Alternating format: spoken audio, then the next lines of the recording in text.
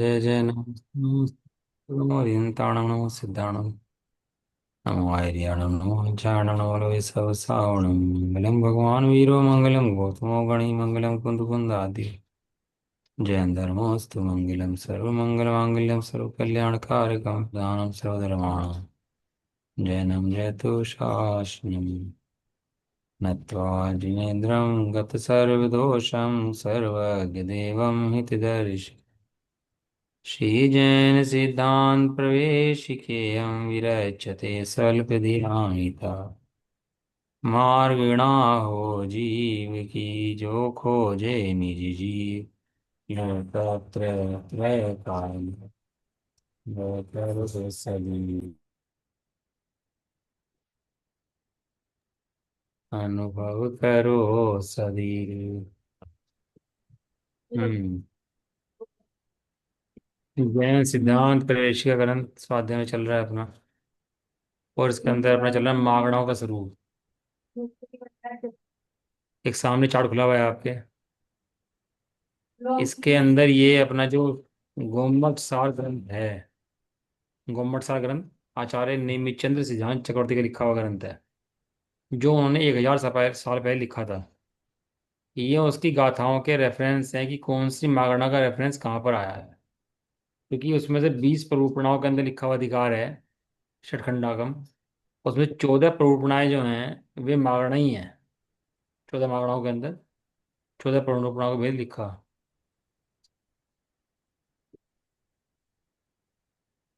देखेंगे आप। तो इसके अंदर सबसे पहले अपनी गति मागना है। इसके अंदर जो गाथाएं हैं अपनी, वो 146 से लेकर 163 तक है। 146 से लेकर 163 तक 18 गाथाएं लिखी है आचार्य देव ने इसके ऊपर। जो हमने गति पढ़ी थी ना, गति की 4 गतियां होती हैं, मनुष्य देव गतियां होती हैं। इसके ऊपर 18 गाथाएं लिखी हुई हैं। अगर कोई पढ़ना चाहे तो वहां से आके पढ़ सकता है कि गाथाओं में क्या क्या लिखा है आचार्य देव ने, तो क्या भर रखा है उनके अंदर। वो बहुत अच्छा विषय पढ़ने का है। दूसरी जो मागणा है वो इंद्रिय मागणा है। 5 इंद्रियां हैं, एक इंद्रिय है, 2 इंद्रिय है। उसके अंदर गाथा नंबर 164 से लेकर 180 तक हैं। 17 गाथाएं उसके अंदर हैं। 14 मागणा है ना ये इसके अंदर।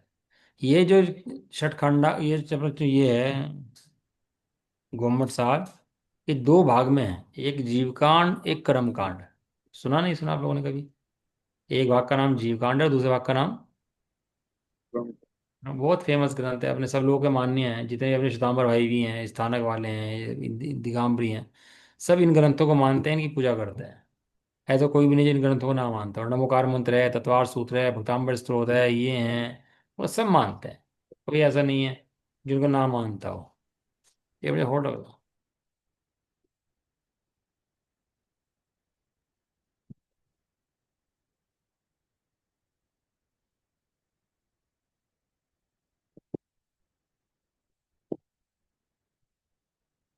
हाँ जी।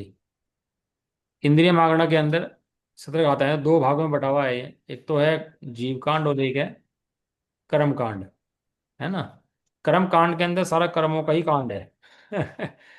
वो कांड है कर्म, यहाँ पर जो जीव कांड है उसके अंदर जीव का वर्णन है सारा का सारा। कि जीव कहाँ पाया जाता है, कैसे जीव को खोजना है, कैसे जीव होता है, वो सब इसके अंदर बताया गया है। तो उसके अंदर जो गाथाएं लिखी गई हैं उसके अंदर सबसे पहले उन्होंने गति मागना, जिसके अंदर 18 गाथाएं हैं। दूसरा लिया इंद्रिय मागना अधिकार, जिसके अंदर 17 गाथाएं हैं। तीसरा है काय मागना अधिकार, जो अपन लोग कल पढ़ रहे थे, काय मागना। उसके अंदर 181 से लेकर 215 तक 35 गाथाएं उसके अंदर दी गई हैं, खाली काय मागना अधिकार के अंदर। और जो योग मागना है ना, जो कल अपन लोगों ने 2 परिभाषाओं में पूरा कर दिया। योग मागना कि आत्मा के अंदर कंपन होता है, उसको योग बोलते हैं। उसकी 55 गाथाएं हैं, 216 से लेकर 270 तक। और सोचो आचार्य देव ने कितना माल लिखा होगा उसके अंदर, अपन लोगों के लिए कितना करने के लिए है। अपन लोग समय ना खराब करें, आचार्य देवों का अभिप्राय को समझें, सुने, पढ़ें। ये सम्यक ज्ञान की नींव है। सम्यक ज्ञान मतलब सम्यक रूप से ज्ञान करना। और शास्त्र ज्ञान के आधार हैं, श्रद्धा के आधार देव हैं, ज्ञान के आधार शास्त्र हैं, और चारित्र के आधार गुरु हैं।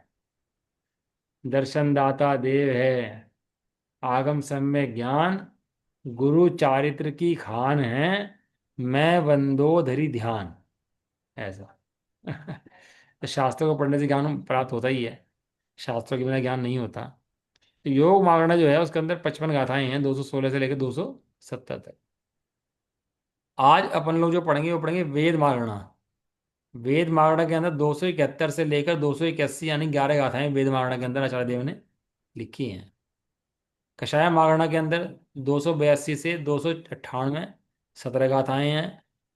ज्ञान मागना, ज्ञान, मति ज्ञान, शुद्ध ज्ञान, अवधि ज्ञान, मन परे ज्ञान, केवल ज्ञान, इसके अंदर 299 से लेकर के 464, 166 गाथाएं लिखी है आचार्य देव ने इसके अंदर।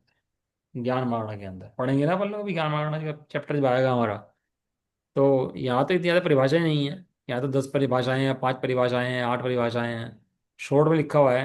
लेकिन वहां पर इतना वर्णन करा, इतना वर्णन करा, 166 गाथाएं वहां पर लिखी है आचार्य देव ने। खाली किसके अंदर? खाली ज्ञान मागना के अंदर। अपन के पास तो भैया माला माल है, माल नहीं है, माला माल है। किसके माला माल है? शास्त्रों के भंडार के माला माल है अपन लोग। एक दो शास्त्र नहीं है, भंडार है शास्त्रों के हमारे पास, गाथाओं के भंडार भरे पड़े।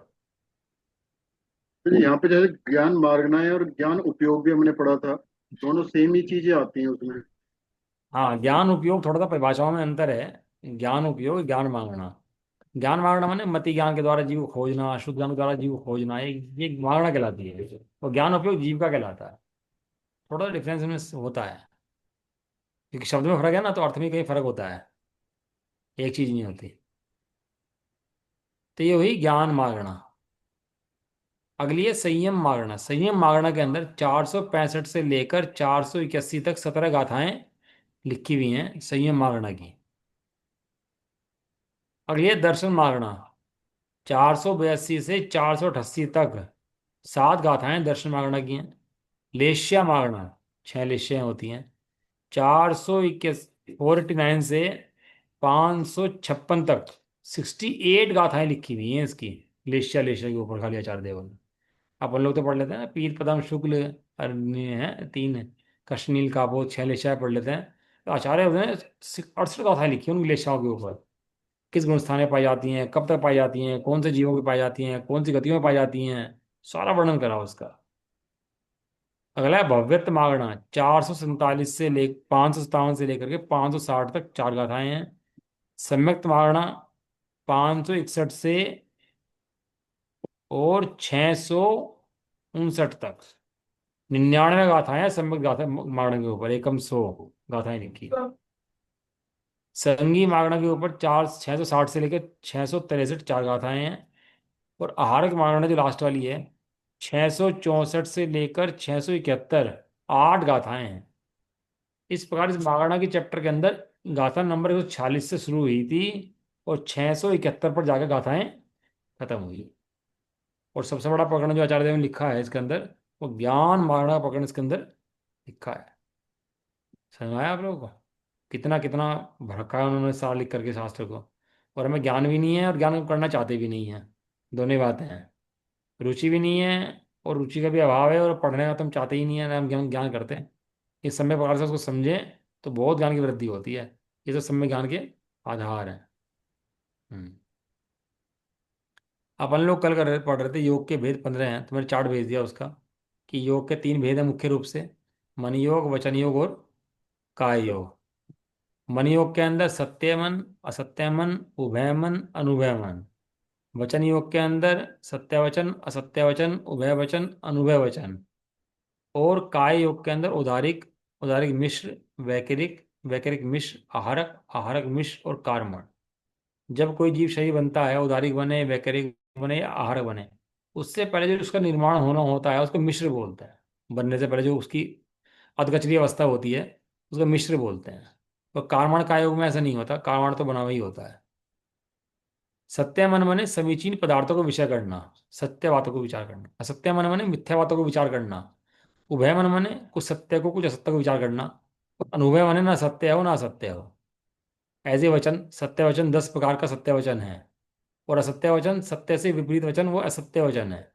उभय वचन मिश्र वचन है, और अनुभय वचन जो है असंगियों की अनक्षरात्मक भाषा और संगियों की आमंत्रणी आदि भाषा, उसको बोलते हैं अनुभय वचन। या संगी जो होते हैं ना, तो कैसे बोलते हैं वो, चींटी मकोड़ा कैसे, जुबान तो उनकी है, बोलते कैसे हैं, रसना इंद्रिय तो है ना उनकी, तो उनको बोलते हैं अनुभय वचन। और कायोग तो हमने पढ़ लिया। आठ प्रदेशों का स्पंदन होता है वो योग होता है। ये योग के भेद है, लेकिन योग एक प्रकार का होता है, जो कंपन होता है ना आत्म प्रदेशों में, उसका प्रकार एक ही है, कंपन अलग अलग प्रकार का नहीं होता। कंपन तो एक ही प्रकार का होता है, और उस कंपन के निमित्त से कर्म आते हैं। तो जब कर्म आते हैं, तो जब खाना खाते हैं, तो खाना खाने के बाद खून बनता है, हड्डी बनती है, अलग अलग बढ़ता है। ऐसे परिणामों से कर्म आते हैं और वो बढ़ जाते हैं फिर सारे। ऐसे एक परिणाम से कर्म आते हैं, उनका विभाजन उनमें हो जाता है परिणामों के हिसाब से ही। अगला है इसमें, सत्य वचन असत्य वचन और उभय वचन अनुभव वचन के भेद क्या है। सत्य ज्ञान गोचर पदार्थ जल, मिथ्या ज्ञान गोचर पदार्थ मारीची का जल कहना, मतलब परछाई पड़ रही है जल की कहीं, तो उसे लगा जल कहना उसको। और उभय गोचर कमंडल को घट कहना, क्योंकि कमंडल के अंदर पानी हो सकता है, इसलिए कथनचित सत्य वो हो सकता है। और अनुभव माने निर्णय रहित, यह कुछ है, विशेष ज्ञान ना होने से सत्य नहीं है, सामान्य ज्ञान होने से असत्य भी नहीं है, कुछ है। न सत्य है ना सत्य, पता नहीं कौन है भैया। न सत्य रहा, न सत्य रहा। तो चार भेद हो गए इसके। सत्य को सत्य कहना, झूठ को सत्य कहना, व्यवहार से कहना, व्यवहार से, कमर घी का घड़ा, व्यवहार से कहना, और निर्णय रहित कुछ पता नहीं क्या है भाई। तो ये कहा तो है ना कुछ, तो जो कहा है वो अनुभव है, ऐसा। इसके मैंने चार्ट आपको भेज दिए। इसमें एक चीज और अच्छी है, पढ़ा देता हूँ आपको एक बार। सामने आ गया आपके, सांस खुल गया आपके सामने।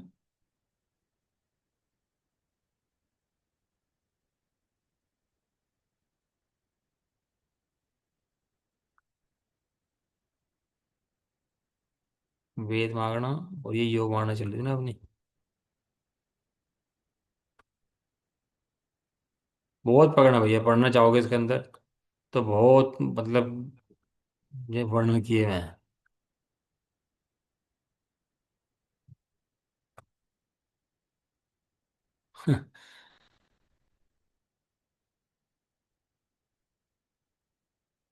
चलो अपन लोग अपने विषय पर आ जाते हैं ना। अपन लोग आ रहे हैं अपने पकड़ पर।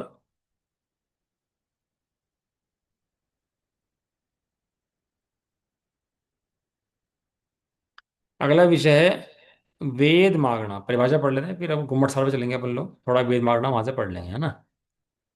वेद मागना और उसके भेद। वेद किसे कहते हैं। वेद माने काम करने की इच्छा, भोगने की इच्छा, उसको बोलते हैं वेद। नो कषाय के उदय से उत्पन्न हुई। नो कषाय माने, एक मैंने आंसर क्वेश्चन पूछा था आपसे, नो और नो, तो आपने बताया था कि नो माने होता है नाइन, और नो माने होता है किंचित, अल्प, उसको बोलते हैं नो। तो नो, यहाँ नो शब्द लिखा है, नो माने किंचित। किंचित माने जो क्रोध मान माया लोभ हैं, वे भारी कषाय हैं, मुख्य कषाय हैं। और जो हास्य रति अरति शोक भय जुगुप्सा स्त्रीवेद पुरुषवेद नपुंसक वेद हैं, ये नो कषाय किंचित कषाय हैं। ये भारी कषाय नहीं है, ये उनकी पार्ट है, क्रोधमान माया लोभ के। मुख्य रूप से तो क्रोधमान माया लोभ ही मुख्य कषाय है, लेकिन ये भी कषाय हैं, जीव को कसती हैं इसलिए कषाय हैं। तो कहते हैं नो कषाय के उदय से उत्पन्न हुई जीव की मैथुन करने की अभिलाषा को भाववेद कहते हैं। अपन लोग पढ़ना है मागना। मागना मतलब जहाँ जीव पाया जाता है, ये जहाँ इन भावों में जीव पाया जाता है, वे बिना जीव के भाव नहीं होते। इन भावों को करता है तो कौन करता है, वो जीव ही करता है, क्योंकि यहाँ पर्याय रूप परिणाम जो जीव है उसकी बात कर रहे हैं। जब अपन लोग कुम्मट सागर ग्रंथ पढ़ते हैं ना, तो उसमें लिखा शुरू में कि अब व्यवहार से जीव की चर्चा करते हैं। वहाँ लिखा, जैसे समय सारणी में लिखा कि अब मैं एक शुद्धात्मा को देखता हूँ और शुद्धात्मा को ही दिखाऊंगा, ऐसी प्रतिज्ञा करते हैं। ऐसी गोमट सार के अंदर ही प्रतिज्ञा करते हैं, अब मैं व्यवहार से जीव को दिखाऊंगा, ऐसी प्रतिज्ञा करते हैं। वो खुद कहते हैं उसके अंदर कि मैं व्यवहार वाले जीव का अपने दिखाने का कार्य प्रारंभ करता हूँ। तो उसके अंदर फिर उन्होंने वर्णन किया है मैथुन क्या, मैथुन की प्रक्रिया, मैथुन का भाव। खम्भों को नहीं आता, दीवार को नहीं आता, किसे आता है? वो परिणाम जीव को ही आता है। तो जीव के मैथुन करने के अभिलाषा को भाववेद कहते हैं। और जीव के नाम कर्म के उदय से आविर्भूत शरीर के विशेष चिन्ह को द्रव्यवेद कहते हैं। लगता है लोग थक गए डिस्कशन करके, आने भी कम हो गया और कैमरे भी ऑन नहीं है। हैं, सब लोग कैमरा ऑन कर लो अपने, क्यों थकान क्यों मानते हो? अब विषय एकदम बढ़िया चल रहा है। अपने षटखंडागम, गोमट सार, कर्णन के ग्रंथ इतने हैं, इनका विषय चल रहा है, तो बहुत इंपॉर्टेंट विषय है अपने समझने के लिए। है ना, वो समझना भी चाहिए, ध्यान से कैमरा ऑन करके बैठना चाहिए। जीव के नाम कर्म के उदय से, जब नाम कर्म का उदय होता है तो उसके अंगों में विकार उत्पन्न होना, आविर्भूत शरीर के विशेष चिन्ह, जो काम के अंग हैं उनके अंदर बल पैदा होना, उनको उनमें उनमें विकार पैदा होना, इस चिन्ह को द्रव्यवेद कहते हैं। और जीव का जो परिणाम खराब होता है, जो विकार रूप परिणाम होता है, उसको भाववेद कहते हैं। वहां जीव उन विकारों को परिणाम करता है, लेकिन विकार कभी टिकता नहीं, स्वभाव कभी मिटता नहीं। क्या कर लीजिए, विभाव कभी टिकता नहीं, स्वभाव कभी मिटता नहीं। नोट कर लेना आप लोग। विकार है, विभाव है, चला जाएगा, लेकिन जीव वही रहेगा। जीव कहीं नहीं जाएगा। विकार तो बदल बदल के आएगा, नए नए रूप में आएगा, नए नए रंग में आएगा, लेकिन आकर के चला जाएगा, रहने वाला नहीं है। अब कोई चाहे मैं काम के परिणाम करता रहूं सदाकाल, सदाकाल काम के परिणाम करता रहूं, करता रहूं, कर सकता है क्या? तो कर सकता है? आज दिन क्या है? आज मंडे, ट्यूसडे, क्या दिन है? ट्यूसडे। अब मैं चाहूँ ट्यूसडे ही रुक जाए, जाए नहीं, तो हो सकता है कि ट्यूसडे ना जाए? फिर वेडनेसडे नहीं आना चाहिए, ट्यूसडे रुक जाओ भैया, हम तो चाह रहे हैं ट्यूसडे रुक जाए बस। बताओ, हो सकता है? खुद ही चल रहा है ना, जा रहा है ना। इसी तरीके से ये विकार भी आता है चला जाता है, आता है चला जाता है, लेकिन यहाँ पर इन विकारों के बीच में जीव रहता है। इसलिए बताया, ये विकार जहाँ है वहाँ वहाँ कौन है? वहाँ वहाँ जीव है। जहाँ जहाँ धुआं है वहाँ वहाँ अग्नि है। बराबर बात है ना। बिना धुएं के तो धुआं हो और अग्नि ना हो, ऐसा हो सकता है? नहीं। लेकिन धुआं है वो अग्नि नहीं है, अग्नि है वो धुआं नहीं है। दोनों के दोनों अलग अलग हैं, है ना, लेकिन है वो अग्नि से उत्पन्न होने वाला। तो इसलिए कहता है जहां जहां धुआं है वहां वहां अग्नि। ऐसे ही जहां जहां मैथुन करने का भाव है वहां वहां जीव है। आपको धुएं में रोटी बनाना चाहे तो धुएं में रोटी बन जाएगी? कोई नहीं। चाहे धुएं से रोटी बना दूं तो बन जाएगी धुएं से रोटी? नहीं। तो समझाया था ना भैया, कि जहां जहां धुआं है वहां वहां अग्नि है, तो धुआं अग्नि को अग्नि मान लिया और रोटी सेकने लगा धुएं के ऊपर। तो रोटी तो सूखेगी नहीं, आंख में और धुआं घुस जाएगा, और परेशान और होगा। अग्नि के लक्षण अलग हैं और धुएं के लक्षण मतलब। अलग हैं। धुएं को अग्नि मानने की गलती मत करना। अब लोग करते क्या हैं, जब मागणा पढ़ाई जाती है तो मागणा को ही जीव समझ लेते हैं, जबकि ये ऐसा है जो धुआं, और जीव ऐसा है जैसे अग्नि। अब मोक्ष होगा तो मागणा के भाव से नहीं होगा, किसके भाव से होगा? वो जो जीव का चैतन्य भाव है वो उससे होगा। लगता कैसे है? वह जीव है, ये जीव नहीं है, यहाँ पर जीव है। दोनों बातों में फर्क है ना। पानी का गिलास, पानी का गिलास होता है क्या? गिलास के अंदर पानी रखा है इसलिए कहा पानी का गिलास, है ना। पिताजी का पजामा, तो पजामा पिताजी का भी हो सकता है? पजामा तो कपड़े का होता है, पिताजी का पजामा कभी होता है? यदि पिताजी को पजामा हो तो पिताजी को काट के पजामा बनाना पड़ेगा, सिलना पड़ेगा उसके पिताजी को, पिताजी पजामा बन जाएंगे फिर। ऐसा हो सकता है? लेकिन वहाँ व्यवहार से बात की जाती है, व्यवहार से कहा जाता है, लेकिन जीव उसको निश्चय समझ लेता है, गलती करता है। कि मैथुन के परिणाम आते हैं, आते हैं चले जाते हैं, रहते नहीं हैं। लिखा विभाव टिकता नहीं और स्वभाव मिटता नहीं। अब सीधे जिला में जाएंगे तो अधूरे जाएंगे कि पूरे जाएंगे? ये काम के परिणाम साथ जाएंगे क्या? ये खुद ही जा रहे हैं, रहते ही नहीं है। और जीव को लगता है ये रहते हैं तो उन्हें भगाने की कोशिश करता रहता है, अरे खुद ही जा रहा है ना भैया। इन्होंने तो पहचान कराई है जीव की। ये नहीं बताया कि बुरे हैं कि अच्छे हैं। इन्होंने जीव की पहचान कराई थी। ये बुरा अच्छा तो तूने खुद मान लिया कि बुरे हैं कि अच्छे हैं। अरे बुरा अच्छे की कल्पनाएं नहीं है भैया, यहाँ तो जीव की पहचान है। जीव पहचान लो, छुट्टी होगी अपना, और क्या। और सोना कहाँ पाया जाता है बताओ। ये जी खान के अंदर पाया जाता है। अब खान के अंदर जाए और सोना पहचान ले, और खान में सोना निकाल ले। ये खान में बैठ जाए वहीं पर ही। ऐसे ही यहाँ है, तो कहा कि मैथुन के परिणामों के अंदर जीव रहता है, तो जीव को पहचान ले, बस वेद चला जाएगा अपना आप।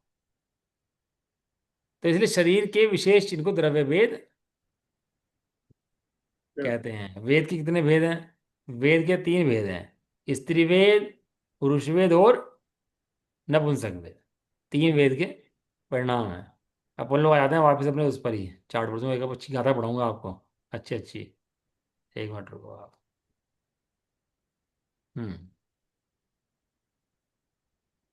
योग, और उसके बाद आया अपना।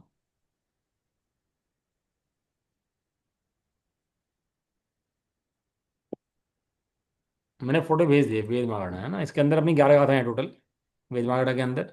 तो इसके अंदर तो मतलब पहले 6 गाथाएं तो वेद एवं उसके भेद, भेद का स्वरूप, और वेद रहित जीव कैसे होते हैं, ये 6 गाथाएं हैं।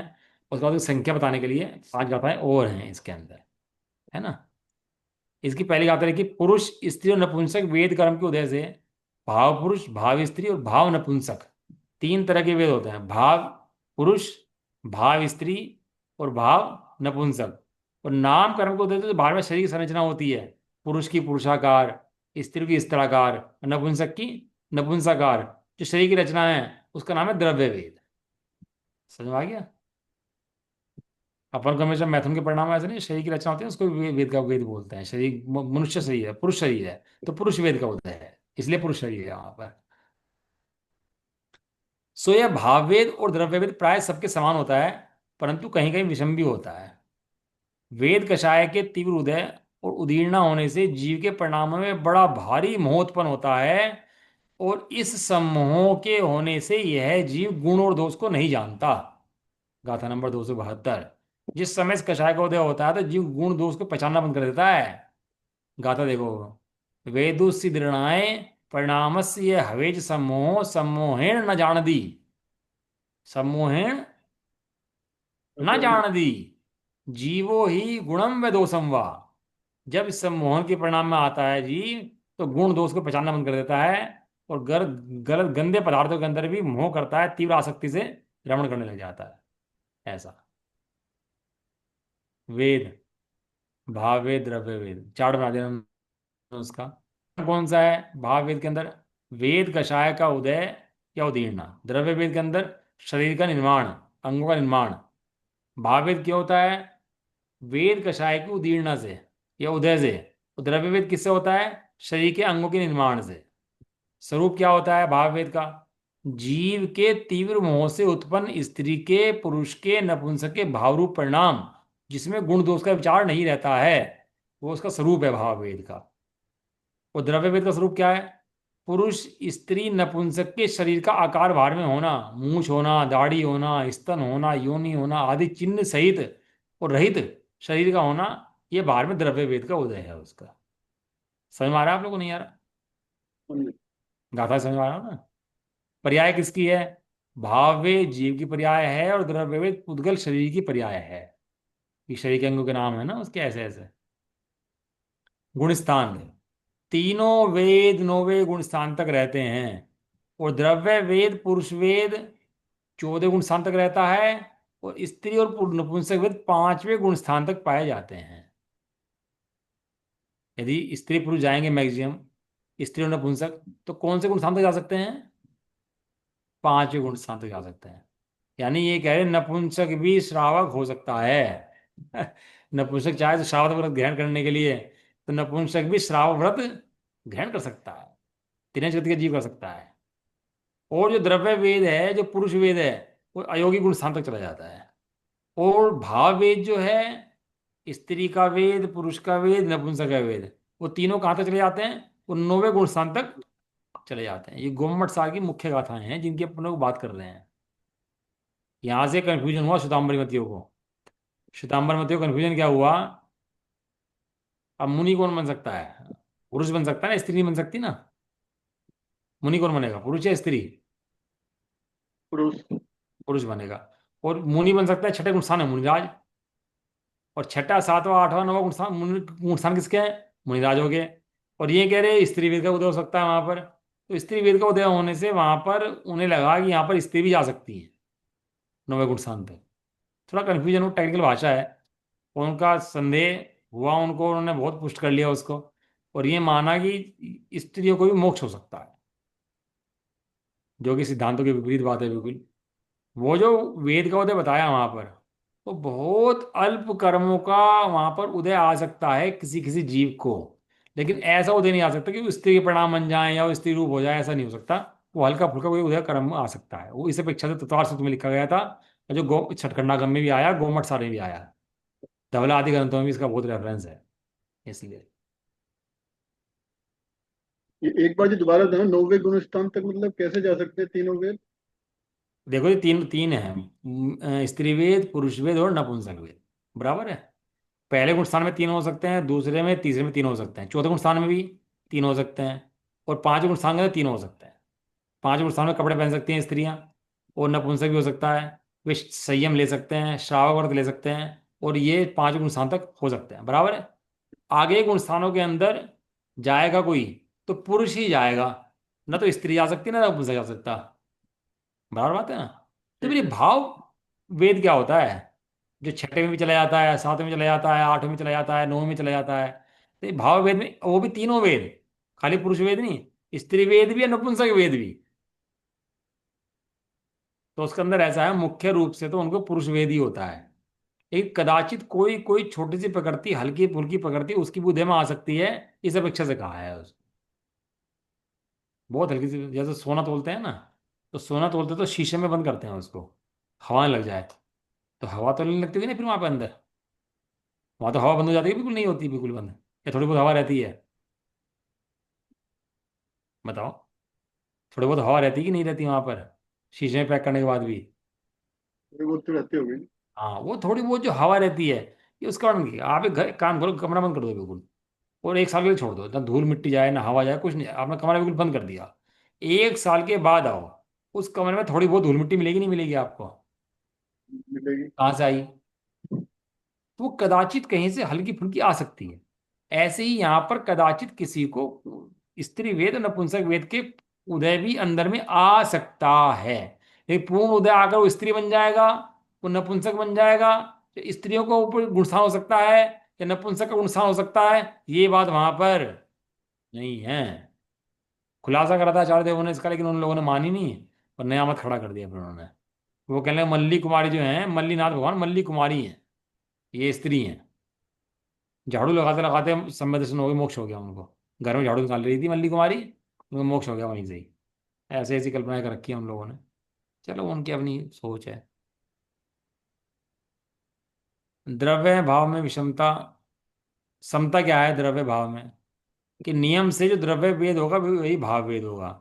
देवों के भी, नारकियों के भी, भोग भूमियों के भी, एक इंद्रिय के भी, दो इंद्रिय तीन इंद्रिय चार इंद्रिय के भी, सम्मूर्छन मनुष्य और तिर्यंच के भी, जो द्रव्य भेद होगा वही भाव भेद होगा। लेकिन जो विषमता है, द्रव्य वेद भाव वेद भिन्न हो सकते हैं। तो कर्म भूमि के जो मनुष्य हैं और तिर्यंच हैं, उनके द्रव्य वेद अलग हो सकता है, भाव वेद अलग हो सकता है, इसलिए वो आया नौवें गुण स्थान तक। ऐसे कैसे हो जाता है भाई साहब, ये तो मैं देखा नहीं। आपने पढ़ा गे, गे की शादी हो जाती है, आपस में लड़के लड़के शादी कर लेते हैं। और जेंडर चेंज करा लेता है अपना एक, एक अपना जेंडर चेंज, लड़का लड़की बन जाती है, लड़की लड़का बन जाता है। होता तो है लड़का लड़का, वो बनता है लड़की। क्यों? क्यों? क्योंकि उसके स्त्री कषाय का उदय अंदर में है, और बाहर में वेद मनुष्य का पुरुष का है। तो उसको जेंडर वो चेंज कराता है अपने। बहुत से लड़के देखोगे आप, नेल पॉलिश लगाते हैं और मेकअप करते हैं, सजते हैं लड़कियों की तरह। तो उनको बाहर में शरीर तो उनका पुरुष का है, और अंदर में वेद स्त्री का है। ऐसी बहुत सी लड़कियां हैं, लड़कियों की तरह रहना पसंद नहीं उनको। वो हेयर कट कराएंगी, वो स्ट्रीट शर्ट वगैरह लड़कियों की तरह कूदा फांदी करेंगी, गाड़ी चलाएंगी, शरीर तो है स्त्री का, और अंदर में वेद किसका उदय है? पुरुष का। पुरुष जैसा रहना चाहेंगी, पुरुष की चाल ढाल पसंद करेंगी, वो वेद किस चीज का उदय है उसका अंदर में? लेकिन ये काम केवल कर्म भूमि मनुष्य के साथ ही हो सकता है। देव नारकी भोग भूमियों, एक इंद्रिय दो इंद्रिय समूह के साथ किसी के साथ नहीं हो सकता ये काम। जहां तीनों वेद पाए जाते हैं वही वेद विषमता होती है। देवों में वेद विषमता नहीं होती, नपुंसक नहीं होते। नारकी सारे नपुंसक ही होते हैं। भोग भूमि में नपुंसक नहीं होते। एक इंद्रिय विकलेंद्र समुझ सारे नपुंसक होते हैं। तीनों वेद नहीं पाए जाते। तीनों वेद केवल कर्म भूमि के मनुष्य में पाए जाते हैं। समझ में आ गया? आज बहुत सारा मैटर आ गया, चाहे तो नोट कर सकते हो आप लोग इससे। इनमें कह रहे हैं कि जहां तीनों वेद पाए जाते हैं, किसको पाए जाते हैं? कर्म भूमि मनुष्य को। वही विषमता होती है। बाकी जगह विषमता नहीं पाई जाएगी। या तो वहां देव है, या या तो वहां स्त्री वेद है, या पुरुष वेद है, नपुंसक या नपुंसकी वेद है। जहां नपुंसक वेद है वहां स्त्री वेद पुरुष वेद नहीं है। जहां स्त्री वेद पुरुष वेद है वहां नपुंसक वेद नहीं है। और कर्म भूमि मनुष्य के यहाँ स्त्री वेद भी है, पुरुष वेद भी है, और नपुंसक वेद भी है। क्लियर? अगर परिभाषा आ रही है मजे की, देखो। पुरुष वेद किसे कहते हैं, स्त्री वेद किसे कहते हैं, नपुंसक वेद किसे कहते हैं? ये आचार्य देव की मूल गाथा है। छठखंड गोमट साल की लिखी हुई है। देखो पहले अर्थ पढ़ लेता हूँ, बाद में अपन लोग गाथा पढ़ लेंगे इसकी, है ना। आइए इतने पढ़ेंगे बस, इसके बाद फिर क्लास खत्म करेंगे। देख क्या कहते हैं। पुरुष किसे कहते हैं? पुरुष, जो पुरुष कहते हैं आजकल के टाइम में, पुरुष किसे कहते हैं? पुरुष पहले भी आप उत्कृष्ट गुण अथवा उत्कृष्ट भोगों का जो स्वामी हो, और जो लोक में उत्कृष्ट गुणयुक्त कर्म को करे, अथवा जो स्वयं उत्तम हो, उसको पुरुष कहते कहते हैं। पुरुगुण भोगे सेदे करे दिलोयम्मी पुरुगुणम कम्मम पुरुत्तमो यजमहा तमहा सौवर्ण्यो पुरुषो। पुरुष किसे कहा जाता है? जो उत्तम गुणों से युक्त हो, उत्तम भोग का स्वामी हो, लोक में उत्कृष्ट हो, उत्तम कार्य करे, स्वयं भी उत्तम हो, उसे कहते हैं पुरुष। आप परिभाषा से मिलाना कैसे जीवों की परिणति कैसी होती है और कैसे कैसे काम करते हैं। स्त्री किसे कहते हैं? जो मिथ्या दर्शन, अज्ञान, असंयम आदि दोषों से अपने को आच्छादित करे, और मृदु भाषण, तिरछी चितवन आदि व्यापार से जो दूसरे पुरुषों को भी हिंसा, अभ्रम आदि दोषों से आच्छादित करे, उसको आच्छादन स्वभावयुक्त होने से स्त्री कहते हैं। स्त्रियों का स्वभाव मायाचार बताया है, तो उसमें कुंद कुंदाचार्य ने भी लिखा है। और ये नेमिचंद सिद्धांत चक्रवर्ती भी लिखते हैं वो गाथा के अंदर। छादी यदि स्वयं दोषे न दो छादति परम विदोषेण छादड़शीला जमहा तमा सावर्ण्या इत्थि। ये उनकी सामान्य स्वभाव की बात है। आचार्य देव ने लिखा है कि कोई कोई स्त्री ऐसी भी हो सकती है जिसके जीवन में धर्म हो, आर्यकादि बनती हैं, तो ये सब उसके अंदर नहीं होते। लेकिन बहु ज्यादातर ऐसे होंगे, उनकी अपेक्षा से ये बात कही गई है। पुरुष लोगों को भाव नहीं होता सजाने के धजाने के, इतने ज्यादा अपने आप को स्त्रियों को परिणाम होता है, तो उससे अपेक्षा से ये गाथा लिखी गई है कि इस तरह से मायाचार का जो लक्षण होता है वो स्त्रियों में अधिकता से प्रचुरता से पाया जाता है। लेकिन कोई पुरुष होकर भी ऐसे काम करे, अब भोगों में लगे लगाए, तो उसको पुरुष वेद का उदय नहीं कहते, स्त्री वेद का उदय कहते हैं। क्योंकि स्त्री वेद के उदय में ही सारे काम होते हैं, पुरुष वेद के उदय में तो वो उत्कृष्ट उत्तम होता है। कैसा होता है वो? तो उत्तम होता है, ऐसा। और इसको जो स्त्रीलिंग को होती है वो मिथ्या दर्शन की अधिकता होती है, असंयम की अधिकता होती है, और दोषों को आच्छादित करती है। मीठी बातें करके, तिच्छी चिकन कर चिंतवन करके ब्रह्म आदि दोषों में लगाती है, आच्छादित करती है। उसे आच्छादन स्वाभाविक होने से स्त्री कहते हैं। तीसरा, नपुंसक, जो ना तो स्त्री हो और ना पुरुष हो, ऐसे दोनों ही लिंगों से रहित हो। जिसके अंदर दोनों लिंग नहीं है, ना तो स्त्रीलिंग है और ना पुरुष लिंग है। इनको वेदना बहुत होती है। इनको काम की वेदना बहुत प्रचुर होती है, काम कर नहीं पाते, भोग पाते नहीं है, तृप्ति होती नहीं है, और काम कषाय की आग से जलते हैं बहुत भयंकर। इसको बोलते हैं नपुंसक। जितने एक इंद्रिय से लेकर और सम्मूर्छन आदि जीव और जितने असंगी जीव तक हैं, सारे के सारे जीव सम्मूर्छन ही होते हैं। कोई कहे भैया चींटी ने अंडे दे दिए, तो चींटी अंडे दे सकती नहीं, क्योंकि अंडे देती है तो स्त्री देती है, और वहां स्त्री है ही नहीं, वहां तो सब सम्मूर्छन जीव होते हैं। तो वैज्ञानिक मानते हैं ना उसने अंडे दे दिए, उसने ऐसे कर दिया, उसने ऐसे कर दिया, ऐसा होता ही नहीं है वहां पर। वहां तो सम्मूर्छन माने हवा पानी के निमित्त से जीव उत्पन्न होता है, और वह अपनी आयु को पूर्ण करके मर जाता है। और जितने ये जीव हैं, एक इंद्रिय से लेके जितने दो इंद्रिय तीन इंद्रिय जितने संगीत सब नपुंसक हैं, सबको वेदना बड़ी भयंकर होती है। जैसी नपुंसकों को वेदना होती है, ऐसी वेदना इनको सदाकाल रहती है। आप समझ सकते हो नपुंसक की वेदना कितनी होती है। इस लोग के अंदर नपुंसक को देखते लोग मजाक बनाने शुरू कर देते हैं, और लोग हंसी करते हैं, और कैसे कैसे रहते हैं ये लोग, और कैसे इनकी मजाक बनती है, और कैसे ये वेदना से सताए जाते हैं, काम वेदना से। बहुत भयंकर भैया वेदना इन जीवों को रहती है। और ये तो स्त्री पुरुष का उदय मिल जाए तो भाग्यशाली जीव है मतलब। लेकिन वरना सब नपुंसक ही बने रहते हैं, और अनादिकाल से सब नपुंसक ही हैं, और नपुंसक गति में ही चले जाते हैं। क्या कह रहे थे वो? अभी मैं आपको गोम्मट सार से इसलिए पढ़ा रहा हूँ जिसका आपको सैंपल दिखाई दे, गोम्मट सार का, कि इसे पढ़ने के लिए कितनी गाथाएं हैं, कैसी कैसी गाथाएं हैं इसके अंदर। जो ना स्त्री हो ना पुरुष हो, ऐसे दोनों ही लिंगों से रहित जीव को नपुंसक कहते हैं, अथवा अवा भट्टा में पकती हुई ईंट की अग्नि के समान तीव्र काम वेदना से पीड़ित होने से प्रति समय कलुषित चित्त रहता है। णेवित्तिडेव पुमं नौ सौ उवलिंगव दरिद्रितो इट्ठावज्ञ समान वेदन गर्वो कलुश्चित्तो। आप एक कढ़ाई लो, उसके अंदर पकौड़ा दे दो, गेड़ दो तलने के लिए, तो पकौड़ा कैसे भागता है चारों तरफ, कैसे उबलता है, कैसे खोलता है ना? आराम से बैठ सकता है पकौड़ा उसके अंदर। खोलती है भट्टी के अंदर।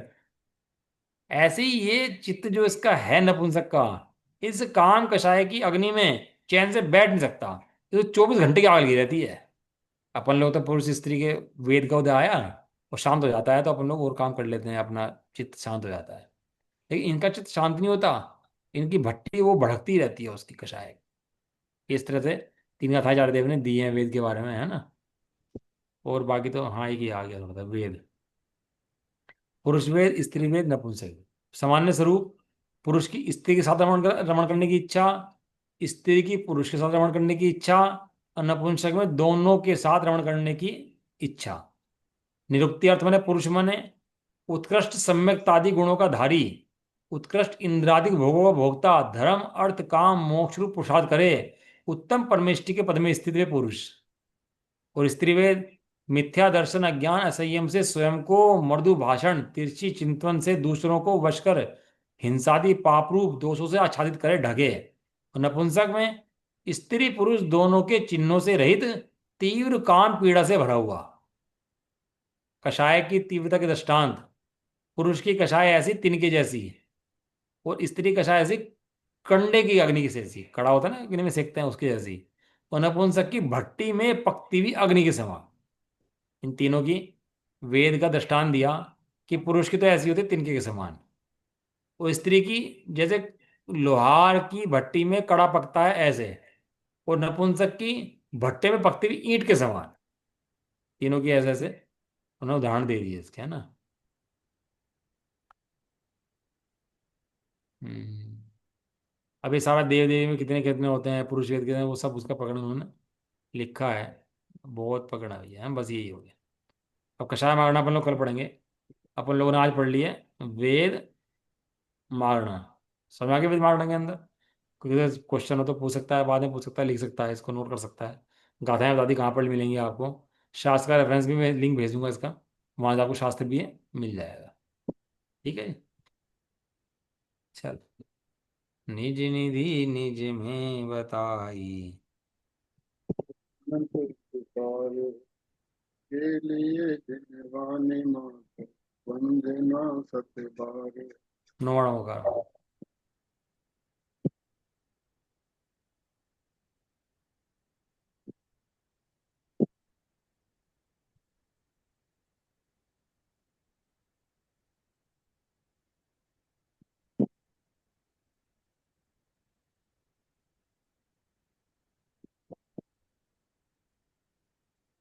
जय बोलो द्वाशिनी माता की।